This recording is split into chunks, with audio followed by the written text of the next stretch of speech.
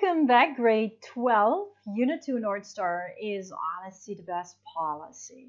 That brings us to the end of this unit. How are you guys? Good? Of course you're good. Okay, we're going to go to focus on speaking. Let's flip our pages to page 46.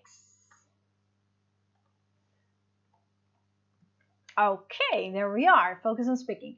First thing we're going to do is we're going to review the vocabulary of Unit 2. Let's look at it. They've got conceal, finely honed, inflated, mislead, mull over, pervasive, preoccupation, put one over, put the pieces together, relentless, and tattling. English is rich in the vocabulary of honesty, dishonesty, and half-truths. Okay, here we have the words and phrases. Yeah, we have the words and phrases from pages 36, 37, and 42 from the listenings. Now, 1 and 2.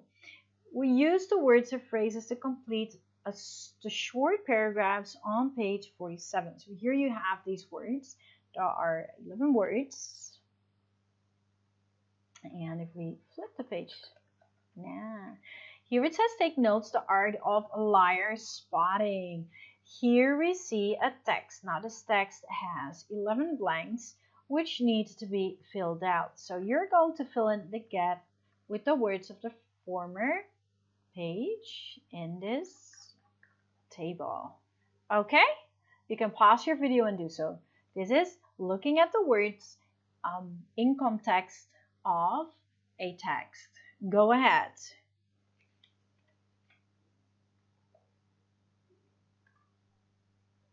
Great. That brings us to the part of expanding. Means doing a little bit more. We did already something with the vocab. We're going to do just a little bit more.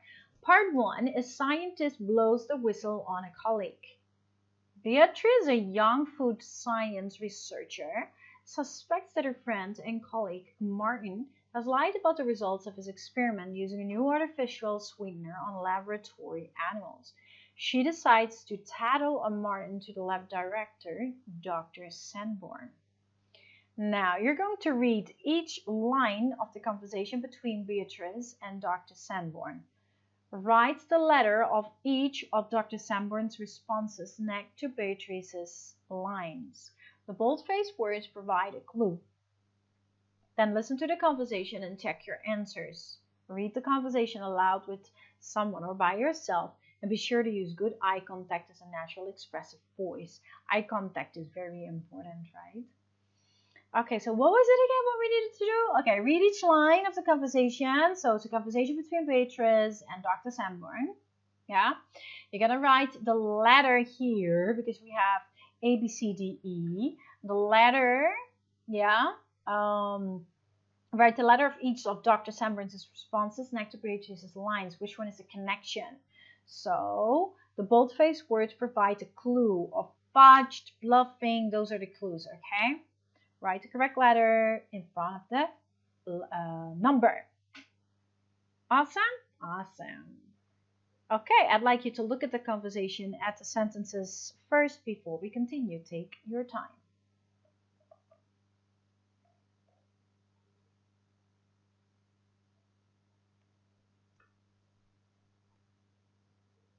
Okay, you're going to read it and try to write the letter in front of each number. Go ahead.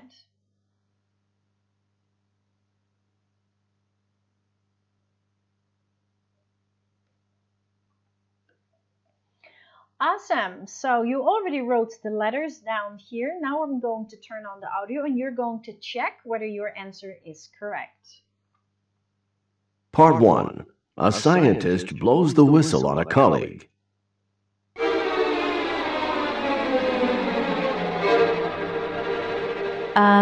Dr. Sanborn, I hate to have to tell you this, but I'm concerned that Martin has fudged the results of his study. You mean he's manipulated the data in order to get the result he wanted? Yes, I'm pretty sure that he's bluffing about the safety of his sweetener. Oh, come on, Beatrice. It's really hard to believe that Martin would lie about his work. He's always been an accurate, honest researcher.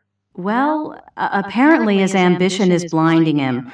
I'm telling you, he's going down a slippery slope with this project. No, I can't bear to hear that such a bright, intelligent researcher would be headed toward disaster. I know, but he's too afraid to fess up to the fact that his sweetener might pose a health risk.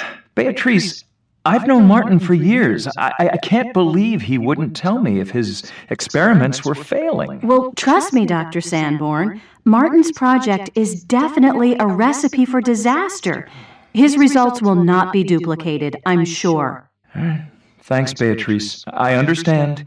If his project is a failure, our lab will lose funding. I'll speak to Martin tomorrow.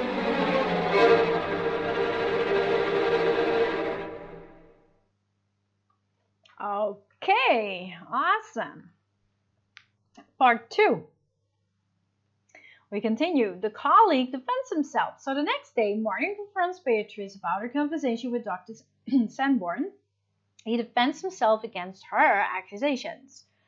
Read the line of the conversation between Martin and Beatrice. Write a letter of each of Beatrice's responses next to Martin's lines. And the bold-faced words provide the clue. Just as what we did just now, you're going to do again. You're going to pause your video to write the letters in front of the correct number. Go ahead.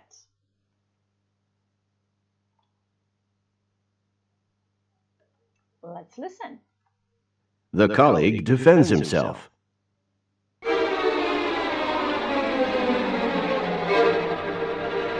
Wow, Beatrice, I absolutely cannot believe the whopper you told Dr. Sanborn about my experiment. You're just jealous that I'm finally getting the results that'll make me famous. Are you kidding? I didn't tell him a lie, and I am not envious of you. You should know me better than that. I thought I did, Bea, but you're two-faced. I can't trust you now. Martin, I'm not being deceptive. Whatever I told Dr. Sanborn, I would tell you directly. Look, I don't trust the results of your study. You are falsifying the data.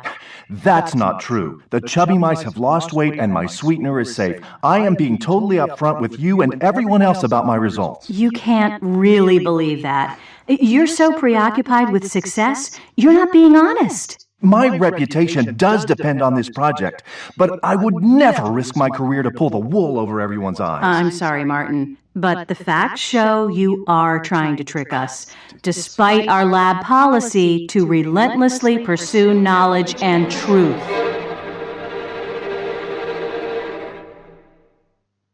Great. Such dramatic music. Awesome. Okay, that brings us actually to the part of creating. So here you see student A. You would read the statements 1 through 4 on page 50 to student B and complete each one according to your own opinions and experiences. And student B responds to student A using the words listed. You may agree or disagree, ask a question, or share information of your own. Now, this is supposed to be done together. Basically, you can see here an example. In a family relationship, it is important to be upfront about things that happened in your past. Maybe, but I think old people have some experience, some skeleton in their closet that they would rather conceal forever, even from a family member. And then it continues with student A. In a family relationship, it is important to be upfront about. Now, I'd like you to finish those sentences. You're going to take time to write this down. You can just write it in your textbook, but you're going to complete these sentences. And these are the responses that are made by student B. So, read the statements 1 through 4. To student B, complete each one according to your own opinion. In student B, you're going to use the words listed. So I would like you to complete 1 to 4 and give a student B response, and you do so also with 5 to 8 and give a student B response. You can write that down. It doesn't have to be a long sentence, just a few words. Then later on in our Zoom meeting, we can try this out. Awesome. That brings us to grammar.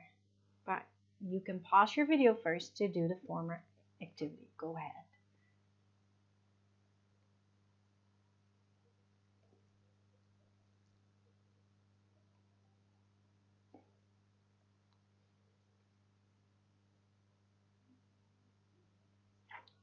Okay, so I assume that you've already completed these sentences and made a response using these words. So you did from 5 to 8. Awesome. So the grammar in this case, you're going to example the statements and the questions that follow. Some studies have concluded that most people lie, fib, or sugarcoat the truth once or twice a day. Oh, that's so sad. In order to identify a liar, you could pay attention to a change in voice, or you could watch for unusual body language. You should be able to spot a liar by noticing a contradiction between his or her words and the facial expression, but you really have to pay attention, right? Yeah. Number 1, which statement is more certain? This or this? And number 2, which modal verbs could use substitutes for the bold-faced words and keep the same meaning? I'll try to answer number 1 and 2. Go ahead. See, here you have the table of modals, degrees of certainty. Sometimes something can almost be certain, almost certain, negative, impossible, quite sure, or less certain. Right? So use modal verbs to express different degrees of certainty, how certain something is about the present or even the past and the future. The modal you use shows how strongly you believe something is true or not true.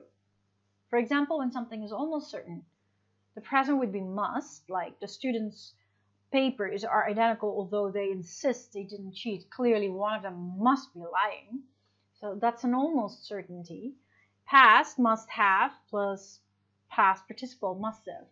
He claimed to have received a music award in high school, but there is no official record of it. He must have lied on his application. All right. Almost certain or negative or even impossible. You could use for the present and the future. You could say can't or couldn't, like his excuse for missing his exam due to illness can't possibly be true. I just know he's telling a big fat whopper. Using the past in this, can't, couldn't, plus have, plus past participle, couldn't have. That's funny, couldn't have, right? I'm shocked. The university's president couldn't have committed plagiarism in a speech. He's known for his impeccable integrity. What about quite sure? Future, should, oughta. Due to improvements in technology, brain scans should soon be able to help us detect liars and cheaters more accurately. In the past, we could use should plus have plus past participle, should have. He should have read the university's honor code by now. All first-year students do. Less certain? For the present and the future, could, may, might. The final grades in the professor's class look a bit inflated. He might be fudging them to make himself look like a better teacher. Past, you could say could, may, might, plus have, plus past participle, might have. What? Walt has always been so honest, but he might have cheated on the exam because of the intense competition and the pressure from his parents. Now here we see in speaking the auxiliary have, modal plus have plus past participles, pronounced stuff, and it's joined to preceding word. This form is used only in speech, like here, might have, should have, could have. We do not do that in writing. We only must have. We only do that in speaking. Okay? So we do use the modal verbs to express different degrees of certainty, whether that is the present, the past, or the future. That brings us back to this question: what statement is more certain? Based here, which is more certain, and which modal of verbs that are used here, like could, should, could you substitute for the bold phrase words and keep the same meaning looking at the table? You can pause your video. Go ahead.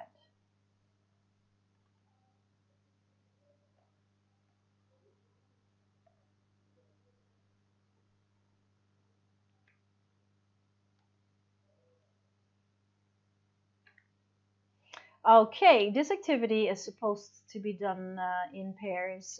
Student A is supposed to cover the right column, ask a question or make a comment. Student B is supposed to cover the left column, respond using the cues and the present past or future model verb of certainty refer to the chart, right, on page 51. Be sure to pronounce the reduced model form like must have, could have, should have, might have correctly, and then you could switch roles. Now, it's a bit hard to do that right now when you're all by yourself. If you have someone right there with you, family member or a friend, you could try it out to do it together. Otherwise, maybe you can just try to do it by yourself.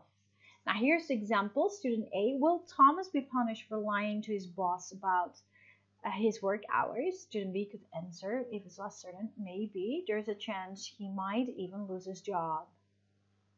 Okay.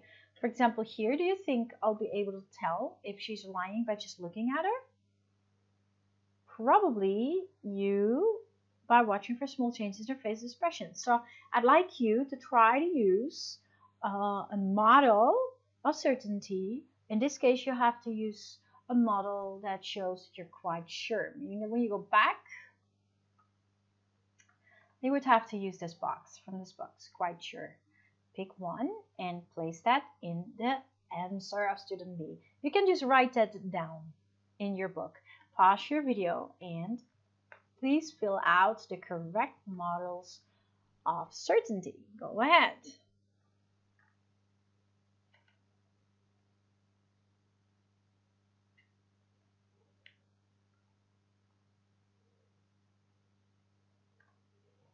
Great, that brings us to activity 3. Oh, this is a continuation of what we've been doing just now. Student A covers the right column, asks the question, and checks student B's answer against the words in the parentheses. Okay, student B covered the left column, answer the questions using appropriate past model of the certainty. Yeah, short answer forms. Be sure to pronounce the model perfect forms correctly. For example, student A, did Maria know that her boyfriend lied to her about his whereabouts last Saturday night? Must have. Almost certain. Well, she must have. She told me she was pretty sure she saw his car in front of Sarah's apartment. Must have. Must have. 8. Okay, you're going to try to do this. Let's look at number 1. Did she tell on her brother when she found out he had been driving without license? I want you to use must have. So almost certain. Yes, she must have. She looked happy. She looked miserable. He looked miserable, and their parents looked furious. Okay, fill out the right words here in the blanks. And if you have someone to practice this with, go ahead. If not, try to pronounce and say it by yourself. In our next Zoom meeting, we will definitely practice this together. You continue with number 5, 6, 7, and 8. Pause your video to answer this.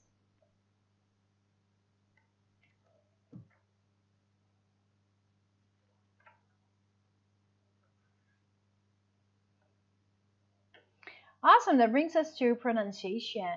Reduction of the auxiliary have. Auxiliaries are helping verbs. How can we make have smaller or contracted? So we mostly use should have, could have, would have, might have, must have, right? Okay. Example. I know I should have told the truth, but I was afraid I'd get in trouble. If you had made an excuse for missing the appointment, your client wouldn't have fired you. It's not acceptable to say you just didn't feel like working that day.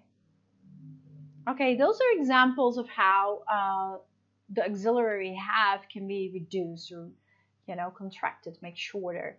Yes, we do that in speaking, but we do not do that for writing. Not for writing, only for speaking. In spoken English, auxiliary have is reduced when used with could, might, must, should, and would in the unreal conditional tense as well as in the model perfect forms. So this pronounced as of, should have, could have, might have, would have, must have, and joins the preceding words. Yeah, let's listen. 1, Could have done. 2, Would have done. 3, Should have done. 4, Might have done. 5, Must have done. 6, Couldn't have done. 7, Wouldn't have done. 8, Shouldn't have done. 9, Might not have done. 10, Must not have done. Very good. You can see here that must have and might have, might not have and must not have is not contracted, yeah? So you can say mustn't have done, must not have done, yeah? Those are not contracted, yeah? These two. Awesome. In this conversation, Anton has just heard Molly compliment their friend Jose on his new haircut. Listen to the conversation and fill in the blanks with the model perfects. Draw a line through the HA or HAVE have and use an underline to link the model and have. So what I want you to do is I want you to write down the correct model. Yeah. Here you draw a line. So you see here, for example, I think Jose's hair looks awful. I could have given him a better haircut with my eyes closed. Do you really think he looks good? So could have given. Now, how can we contract this? Could have given. So you draw a line through the H and the A to show what the contracted form would look like. Okay? Cool. Go ahead. I think Jose's hair looks awful. I could have given him a better haircut with my eyes closed. Do you really think he looks good? No, I agree. He looks terrible. He should have kept his hair long, but I couldn't tell him that. No, but he didn't ask you what you thought. You volunteered the compliment. You shouldn't have said anything at all. But he saw me staring at him. If I hadn't said anything, he would have thought I didn't like his haircut. He knew I'd noticed, so I told a white lie. What's the harm? Well, first you told a lie when you could have said nothing. But what's worse, now Jose thinks he looks good when he really doesn't. But if I hadn't said anything, it would have been awkward. Anyway, when his hair grows, I'll tell him he looks even better. Funny. Okay, I believe that you guys understand this already. We continue. Okay, here we're gonna look at the right column. You read the statements to student B, and then for student B, you cover the left column. Yeah, so let's see. You're gonna use would have, should have, could have, might have, must have, or the negative form of it, and then switch rules. Basically, if you have someone to do it with, go ahead. Otherwise, you do it by yourself. And yes, we will practice this in our next Zoom meeting. For instance, student A, number 1. My university just expelled a student when a professor caught him plagiarizing. I heard about that. The university should not expel him. The university shouldn't have expelled him. So, what I want you to do is to rewrite the sentence next to the sentence or underneath, how we can change it. So, in this case, should not expel him. In a contracted form with be, shouldn't have. And we even can pronounce it shouldn't have expelled him. Double L-E-D. Okay, you are going to rewrite the responses number 1 until 9. Pause your video. Good luck.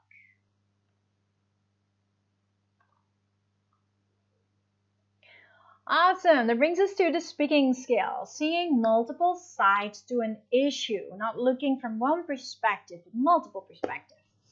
Lying, cheating, and secrecy, as well as honesty, truth-telling, and openness require people to reflect on their ethics and values. Ethical dilemmas are rarely clear-cut. Clear-cut means black and white, very clear.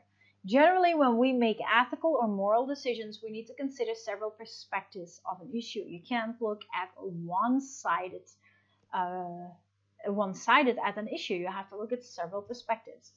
The following is a list of expressions to use when reflecting on ethical dilemma. Introductory expression, such as one way to look at it is, of course, it depends on the one hand, you could say, one thing to take into consideration could be, there are several things to consider. One way to think about is if you look at it from the perspective of, and we have the additional consideration or response, such as another way could be, it could also depend on the other hand, another thing might be 2, 3, etc. But the flip side would be or but seen from another perspective. So these are examples on how you can reflect on ethical dilemmas. a list of expressions. What I want you to do is I want you to look at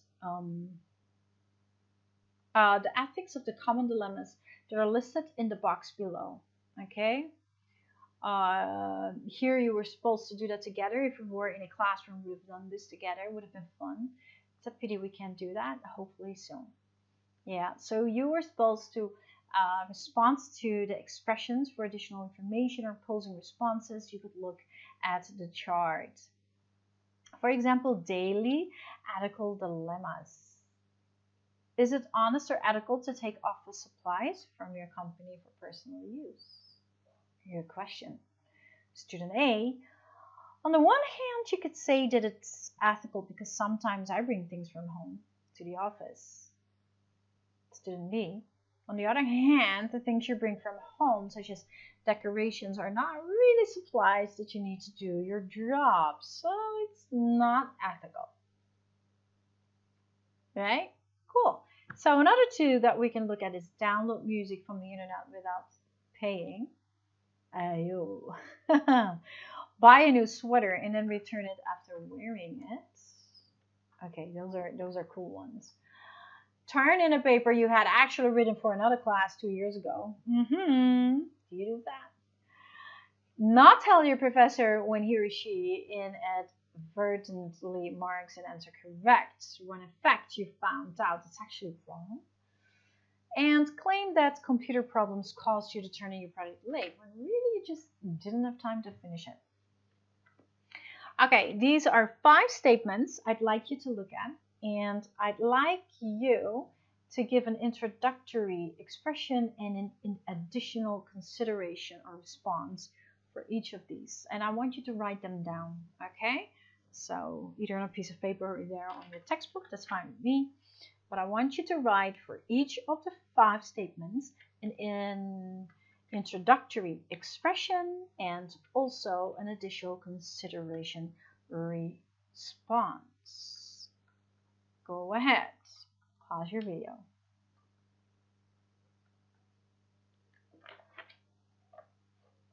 Cool beans. That brings us to the end of the unit. Yay! Final speaking task. This is your speaking project, which you will prepare in your log, of course. Now, in this task, you will plan a group discussion about dilemmas and lying. Group discussion, how are we going to do that? Well, be creative. You can use Zoom to do that. You can use any other way, video call, anything, how you want to do it. I want to see your face though. It's gonna be a video, so I need to see you and I need to hear you. So whether you're gonna use Zoom for that or any other video conference system, that is up to you how you do that. But you are going to do a group discussion, and the topic is dilemmas and lying. You're gonna use the vocabulary, grammar, pronunciation, and listening and speaking skills that you learned in this unit to discuss multiple sides of an issue. And that is what a discussion is all about. A discussion is that you're looking at something, a situation, a circumstance, an issue, a statement from multiple sides. So you're looking at the pros, you're looking at the cons, you're looking at the similarities, you're looking at the differences and the different views that people might have. You're going to work in groups of 4. Okay, so 4 people in your group. Each student will read key information in students' activities on page 248. That is really far. About one actual ethical dilemma, and then summarize it for the group. So let's go to page 248. Aha, here we are. Final speaking test. Ethical dilemmas. So trading a lemon. Oh, a 25-year-old man bought a brand new car, put the car into reverse, and the car crashed into a pole across the street. Blah, blah, blah, blah, blah, blah. Video piracy, doctor's debates, turtle trouble. Okay, that's it. There are 4, yeah? Awesome. 4. Okay, so these are 4 short stories about an actual ethical dilemma. You're going to summarize it for the group. So each student will prepare a summarized version of that of those short stories on page 248. So every one of you gets one. As each dilemma is presented, the other group members will take notes on a separate piece of paper. Then, as a group, you brainstorm possible solutions or answers to the questions in the chart below. Take brief notes below each question. Use the models of certainty on page 51 and the expressions for seeing multiple sides to an issue on page 57. Choose one dilemma to present to the class. So this is what you need to prepare, okay, people? Because you're not going to present all of them. You're just going to present only one. Okay, so as a group, you're going to look at all: Trading a Lemon, Video Piracy, Doctor's Debate, and Turtle Trouble. Yeah? So what should he do? What should he tell a potential buyer? Yeah? What is it that you can come up with? So I would like you to fill out this table for all four, and then you're going to choose which one you're going to present. Okay? So brainstorm on possible solutions or answers to the questions, and take some notes on it, right? Do remember that you have to use the models of certainty, page 51, the expressions of seeing multiple sides of an issue, page 57. You got to use that. Got to use the grammar. Got to use the speaking skills. Got to use the pronunciation and listening skills, all that you've learned in this unit in your speaking. Now you're going to use one dilemma, and the one out of four you're going to present to the class. Okay, you do not have to present all of them. You can just present one.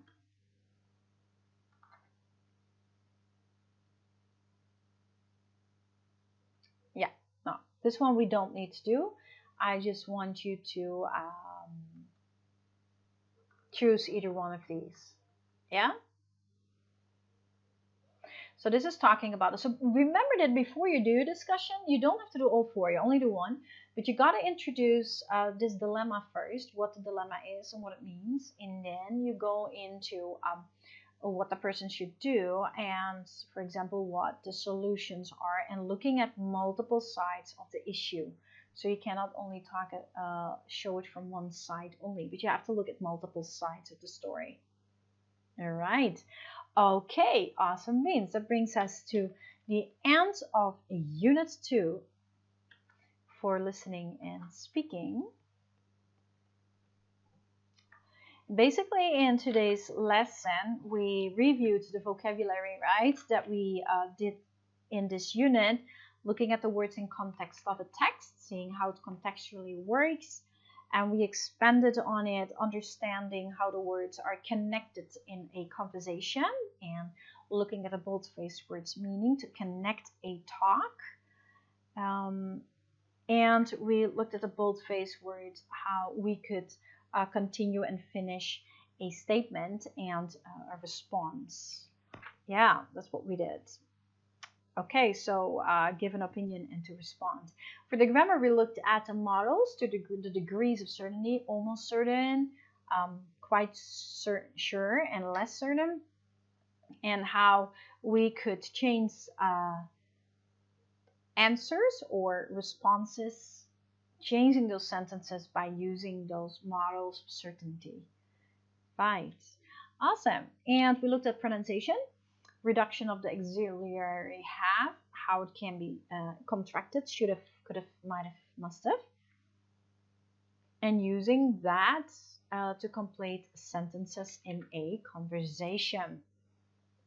Awesome. And changing replies also with using those models. The speaking skill, we use that looking at multiple sides of an issue.